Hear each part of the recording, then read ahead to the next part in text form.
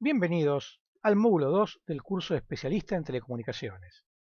En este módulo estaremos viendo los temas relacionados con los modelos de comunicaciones, las computadoras, los sistemas operativos, el modelo cliente-servidor y la interconexión de los modelos de capas como el modelo OSI.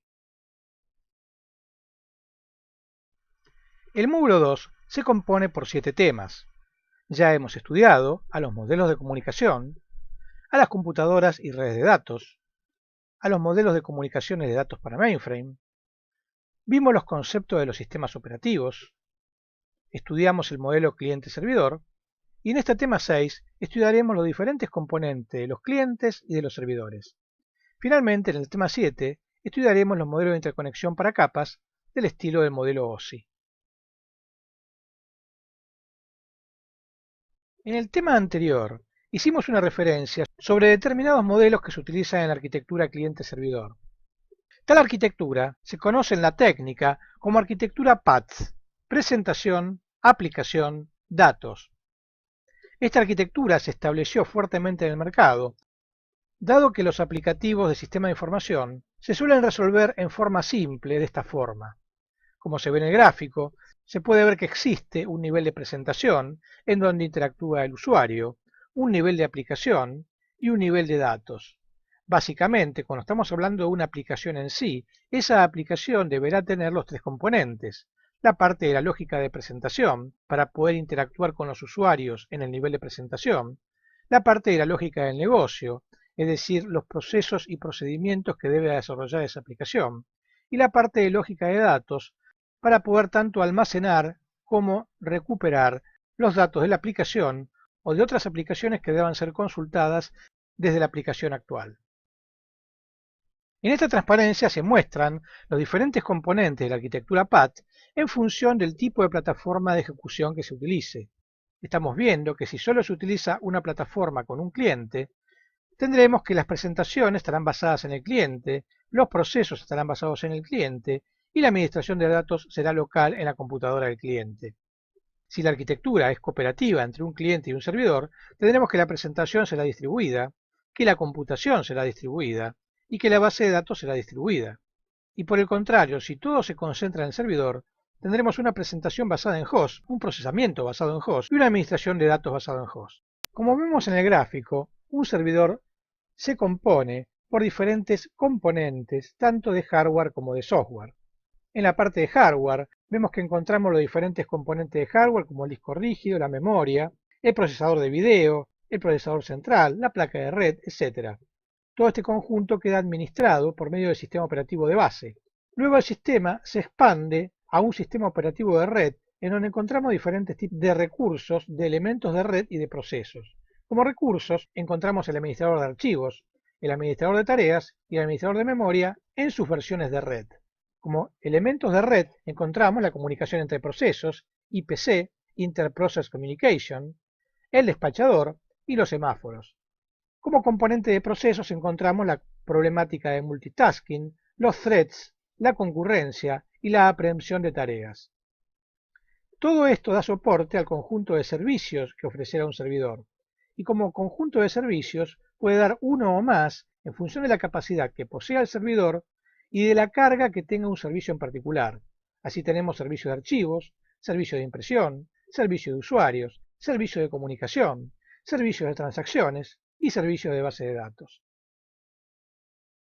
Los servidores deben tener la capacidad de escalar en función de la carga de trabajo que puedan soportar. Así tenemos servidores monoprocesos, servidores multiprocesos asimétricos, servidores multiprocesos simétricos, SMP, y finalmente clúster de multiservidores, que pueden interconectarse entre ellos por medio de algún tipo de LAN especializada.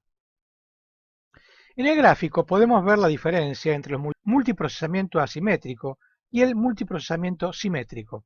Vemos que en el caso del multiprocesamiento asimétrico, cada procesador es independiente y va recibiendo diferentes tareas en función de cómo se le va asignando a cada procesador en particular.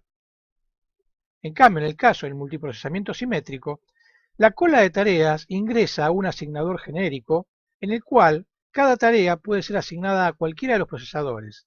será asignada al procesador que esté libre o que esté más desocupado en el momento en el que el asignador deba asignar tal tarea.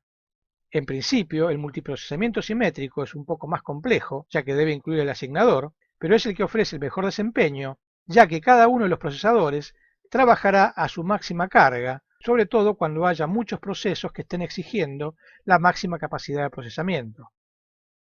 En el caso de los clústeres, puede verse también que hay dos alternativas: trabajar con discos compartidos o trabajar sin compartir recursos. En el primer caso, existe un bus de entradas y salidas en el cual se interconecta el conjunto de discos y puede ser requerido desde cualquiera de los sistemas de multiprocesamiento. Y en el segundo caso, cada sistema de multiprocesamiento tiene su disco exclusivo, con lo cual, en principio, no habría forma de compartir espacio de almacenamiento común entre diferentes sistemas multiprocesamiento, a menos que se utilice el bus de mensajes, que en principio generaría una demora mayor que trabajar en forma directa con un bus de entrada-salida entre los diferentes dispositivos de almacenamiento. Encontramos diferentes tipos de servidores. Vemos que hay servidores de estilo común, que sirven para procesar transacciones con poca exigencia. Vemos que existen servidores de alta disponibilidad, en los cuales se tiene que asegurar un tiempo de operación que ronde entre el 99,5 al 99,9% del tiempo de atención de servicio. Y finalmente tenemos los servidores de tipo fault tolerant, en los cuales el servicio nunca puede caerse. Los servidores de estilo fault tolerant deben tener la capacidad de ser autorreconfigurables para poder seguir operando en función de los recursos que tengan disponibles. Si algún recurso por algún motivo saliera de servicio, el servidor fault tolerant se reconfiguraría para seguir operando con los recursos que les quedaron restantes. Una vez que la falla fuera restablecida, volvería a reconfigurarse para poder obtener pleno uso de sus recursos. Vemos que en otra dimensión de clasificación encontramos los servidores de tipo LAN, que se utilizan para dar servicio a diferentes redes locales, los servidores de tipo WAN, que dan acceso a bases de datos globalizadas, y finalmente los servidores de tipo Gateway, que ofrecen servicios de intercambio electrónico para diferentes tipos de documentos corporativos. Los servidores también se pueden clasificar desde el tipo de servicios que deben ofrecer, y en tal caso encontramos file servers, en donde se comparten archivos, servidores de base de datos, en donde se establecen bases de datos centralizadas, servidores de transacciones, en donde se ejecutan las transacciones corporativas, servidores de groupware, en donde se dan servicios a grupos de trabajos, servidores de aplicaciones orientadas a objetos, en donde se almacenan y se corren las instancias de los diferentes procesos en ejecución, y servidores de aplicaciones web, en donde se almacena y se da servicio a los diferentes tipos de contenidos de uso interno de una empresa o de uso externo hacia clientes generales con conectividad por medio de Internet.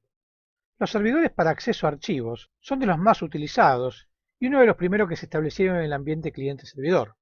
Evidentemente, ante la proliferación de computadoras personales en los ambientes de oficina, surgió el problema de la compartición de archivos entre usuarios en ambientes colaborativos. El almacenamiento de los archivos en máquinas independientes de diferentes usuarios generaba serios problemas cuando se debía consultar o modificar por otro de los miembros de un determinado equipo de trabajo.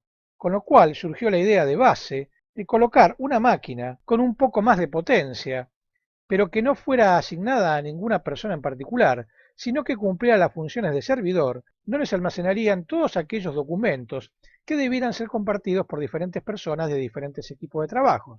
Surgió así la idea de tener un file server en el ambiente cliente-servidor. Las características que podemos tener para esos tipos de archivos incluyen el tipo de sistema de archivo de red con el cual se van a almacenar. Entre los que existen está el NFS, Networked File System, de la ex empresa Sun, hoy administrada por Oracle, el AFS, Andrew File System, desarrollado en Carnegie Mellon, el formato de archivo utilizado en el sistema operativo de red de la Novell Network, los sistemas de archivos de Microsoft File Service y DFS, Distributed File System, y los formatos de archivos de AppleTalk y Apple Share Filing Protocol. Una empresa, obviamente, elegirá el sistema de archivos más adecuado para su operatoria diaria, pero además deberá existir alguna componente para poder transferir archivos de diferentes formatos y de diferentes sistemas de archivos entre sí. Las bases de datos se originaron en el ambiente mainframe, dada la cantidad masiva de datos que almacenaban y el problema de tener que utilizar los mismos datos o datos muy similares entre diferentes aplicaciones, lo cual obviamente condujo a que los datos se almacenaran en forma independiente en un repositorio único y pudieran ser consultados de diferentes aplicativos. Las bases de datos se portaron al ambiente PC en diferentes instancias. Es decir, el ambiente PC se originó como un ambiente independiente de los mainframes y donde la cantidad de datos a almacenar en principio era pequeña, ya que en principio solamente las pymes y medianas empresas podían confiar el almacenamiento de datos en bases de datos del estilo de servidores de datos. Las empresas más grandes continuaban utilizando las bases de datos de los sistemas mainframe, con lo cual las primeras bases de datos eran bases de datos pequeñas, como por ejemplo los sistemas de base de datos de Fox, sistemas de bases de datos orientados al usuario, como el caso de la base de datos Access del paquete Office, pero luego los sistemas de base de datos comenzaron a crecer y se fueron integrando con los grandes sistemas de base de datos que provenían del ambiente mainframe. Sistemas de base de datos como los de Oracle, los de Progress, los de Natural, etc., que se fueron integrando y se fueron comercializando tanto para ambiente mainframe como para ambiente cliente-servidor montados en grandes servidores. Evidentemente, la proliferación de sistemas de bases de datos diferentes hizo que las empresas de bases de datos, si bien no integraran a su sistema de base de datos, sí definieran un lenguaje común de consultas para que los aplicativos pudieran interactuar con los diferentes sistemas de base de datos que una empresa podría llegar a tener. Eso se estandarizó por medio de los llamados SQL y por medio de un middleware denominado ODBC. En el caso de los servidores para transacciones, no existe una norma impuesta en el mercado. Se han generado diferentes intentos de generar sistemas transaccionales estandarizados, pero la realidad ha hecho de que los diferentes aplicativos incorporen sistemas transaccionales de índole propietaria. Con lo cual, cuando existe un aplicativo que está basado en el procesamiento intensivo de transacciones, ese aplicativo suele incluir un sistema transaccional integrado. Aplicativos orientados a las transacciones existen muchos, desde el caso de la venta minorista, en la cual se debe procesar cada una de las transacciones individuales, transacciones de estilo contable, diversas transacciones en el ámbito corporativo, como son los programas de estilo ERP, Enterprise Resource Planning, como son los aplicativos de tipo CRM, Customer Relation Management, y todo otro aplicativo que deba estar interactuando con la operatoria diaria de una empresa y que deba generar algún tipo de ticket de registro de cada una de las transacciones individuales e independientes que realiza cada cliente cuando accede a los sistemas informáticos de la empresa. Las experiencias iniciadas con el caso de los servidores del archivo para el tratamiento de las necesidades de los grupos de trabajo se consolidó en los servidores de Groupware, en los cuales se dan una cantidad de facilidades para el trabajo colaborativo de diferentes personas o de diferentes equipos de trabajo. Entre las facilidades que se deben generar son la compartición y actualización de documentos, los aplicativos de tipo de gestión de proyectos, los aplicativos de mensajería integrada y todo otro soporte a trabajo distribuido y colaborativo que deben realizar diferentes grupos de trabajos entre sí. La estandarización de grandes aplicativos que requieren un gran esfuerzo de programación ha hecho que la programación se orientara a objetos para poder minimizar la cantidad de componentes que existen en un sistema y lograr que esos componentes, en principio, puedan ser utilizados por diferentes aplicativos, lo cual hace que se deba tener un repositorio de funciones de programación, o lo que anteriormente se denominaban librerías, pero en la actualidad bajo el esquema de orientación a objetos. Para poder invocar a tales objetos se suele utilizar la técnica RMI, Remote Method Invocation, y obviamente estos servidores concentran diferentes funciones y módulos de programación bajo el esquema de objetos que deben ser llamados por diferentes aplicativos para poder disponer de los procesos de ejecución que cada aplicativo debe llevar a la práctica. Los servidores para web comenzaron como un tímido intento de almacenamiento de contenidos, pero la explosión en el uso de herramientas web ha hecho que hoy se dispongan de servidores web para una muy amplia diversidad de tareas. Tanto el tratamiento de formulario, incluyendo la problemática de comercio electrónico, donde deben establecerse formularios web que tengan una contrapartida en sistemas transaccionales, de forma tal que se pueda manejar la operatoria distribuida de Internet por medio de formularios web estandarizados, que una vez que han llegado al sistema corporativo de una empresa, puedan ser procesados por los aplicativos transaccionales convencionales ha hecho que los aplicativos web se potencien fuertemente como uno de los pilares de la interacción de sistemas corporativos con usuarios distribuidos en todo el mundo por medio de la accesibilidad web sobre Internet. El concepto de máquina virtual se remonta a la década de 1970, cuando se realizaron los primeros intentos de virtualización en los mainframes. Aquí estamos considerando los componentes típicos incluidos en una máquina virtual, donde tenemos la parte de administración del sistema, los clientes, los servidores, la red que interconecta a los clientes con los servidores, el sistema de distribución, el sistema operativo de red y finalmente la máquina virtual como entorno de procesamiento genérico distribuido montado sobre el sistema operativo de red. Al considerar las arquitecturas para la distribución de servidores, vemos que tenemos básicamente dos dimensiones. Por un lado, si consideramos que los servidores son centralizados o distribuidos, y por el otro lado, la complejidad del usuario final. La complejidad del usuario final puede ser baja, si es un cliente delgado, o alta, si es un cliente gordo. Con una complejidad de usuario final baja y un servidor centralizado, tenemos los tipos de servidores basados en host, es decir, un mainframe. Con la misma complejidad de usuario baja, pero en forma distribuida, tenemos un cliente servidor con arquitectura de red. Con una complejidad de usuario alta y un servidor centralizado, tenemos una arquitectura de tipo mainframe, LAN o peer-to-peer. Con una complejidad de usuario alta y un servidor distribuido, tenemos una arquitectura client server generalizada, LAN o peer-to-peer. Analizamos ahora los componentes que se deben incluir en el cliente. Nuevamente, en el cliente existe una parte de hardware, que incluye los procesadores, la memoria, la parte de video, etc., sobre el cual se monta el sistema operativo de base, y sobre él el sistema operativo de red, en el cual encontramos como recursos el administrador de tareas, como componente de red al IPC, Interprocess Communication, y al redirector, y como procesos la preempción de tareas. Finalmente, las aplicaciones que corren en el entorno del sistema operativo de red son la interfaz del usuario, el explorador web, el explorador de unidades de red, la interfaz de aplicaciones en red y las aplicaciones locales. Los tipos de arquitectura de clientes pueden ser sin GUI, es decir, sin interfaz gráfica, donde encontramos estaciones sin multitasking, como pueden ser las máquinas expendedoras, los cajeros automáticos, las terminales móviles, con multitasking, como pueden ser las máquinas herramienta, los robots, los procesos de programas genéricos, daemons. Encontramos también los documentos compuestos, como el caso de ActiveX y JavaBeans. Podemos tener arquitecturas con GUI, con Graphical User Interface, donde tenemos servidores de base de datos, modelos de objetos, documentos compuestos en 3D, como el caso de los entornos de realidad virtual.